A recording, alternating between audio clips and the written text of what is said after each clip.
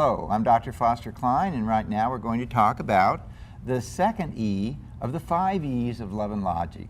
And that E is? Example. Example. Which is a tough one to do when you have kids with special needs, because who are we talking about when we talk about an example? Set the example. There are very far-reaching consequences of that, because if I want my kids to take good care of themselves, then it means that I have to take good care of myself. If I want my kids to put themselves first in a loving way as they go through life and not be overly influenced by the peer group, etc., if I really want them to put themselves first in a good way, then they have to be putting themselves first in a good way. And when you have special needs kids, putting yourself first in a good way is not an easy road. What are some of the problems there? Well, first of all, I mean, it's very time-consuming to take care of kids that have chronic illness, cystic fibrosis, diabetes, and other special needs.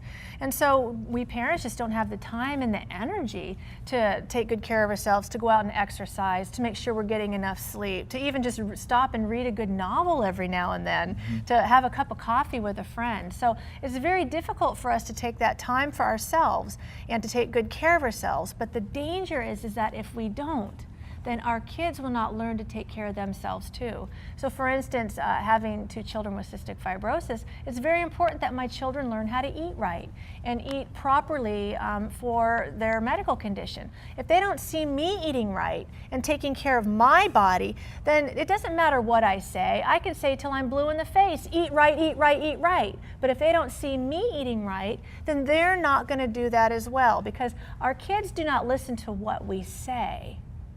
They learn from what we do. They listen to what we do and the actions we take. So there's going to be some times that you say, I really don't like this, but I know it's good for me. I really don't like it, but I know it's good for me, and you eat it. That's right. You know, I can't be like 20 pounds overweight and tell my kid to eat healthy. I mean, granted that it's easier to tell another person what to do than it is for us to do it right, which makes examples so hard. But I think that one of the things that we really have to hit on this example thing is that that's the reason that we require respect from our kids. I don't require respect from my kids to make me feel better, although of course it does when the kids treat me respectfully. But the issue is, if my kids treat me with disrespect and then they put me inside them as their guiding light or their internalized object or internal parent or role model. See, the way my kids treat me way down deep inside is the way they're going to treat themselves. And that's why all kids who are disrespectful to loving parents end up with a poor self-image, because they treat themselves on a deeper basis the way they treat their loving parents, and they end up not feeling very good about themselves.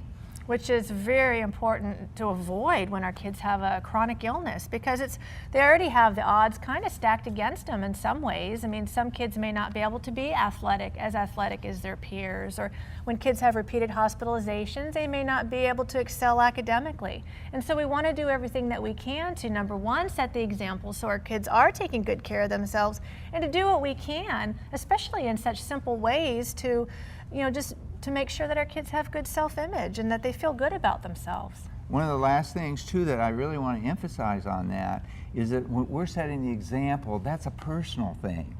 I can't tell my kid, be respectful at school, be nice at school, treat other people right. Well, I can say it, but it doesn't help that much. All I have to do is make sure that the way that kid comes through to me is respectful. And if they're not respectful, I can't say, be respectful right now. When a kid's behavior is something that is self-destructing to them or not acceptable, you can't say change it, but you can say, honey, would you please take that behavior someplace else? Or check out a mirror, find someone who would enjoy that kind of behavior, but it's not me. Right, or we can say something like, as simple as, instead of saying, talk to me with respect, you talk to me respectfully, or don't shout at me, or don't talk to me like that. It's very simple to turn it around and say, sweetheart, I'm happy to talk to you when your voice is calm like mine. Or, I'm happy to take you over to the soccer game when you can talk to me with respect. Yeah.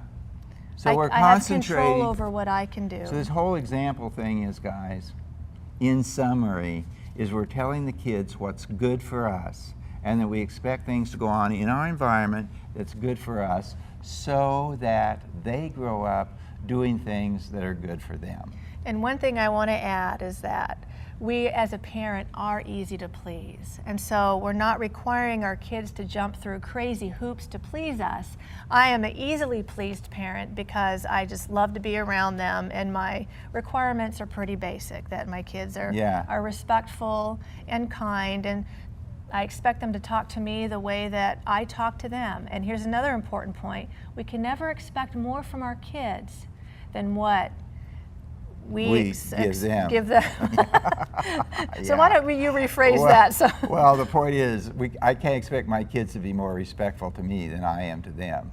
But the major important point to listen to, for people to pick up here, is that putting ourselves first has a lot of ramifications, and a lot of them have to do around what the vibrations, the respect, and the look in the eye, and the way our kids come through to us.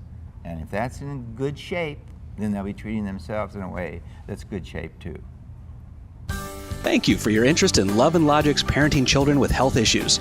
For more parenting tools, tips, and tactics, including many free resources, visit parentingchildrenwithhealthissues.com. You can also visit loveandlogic.com for general parenting resources.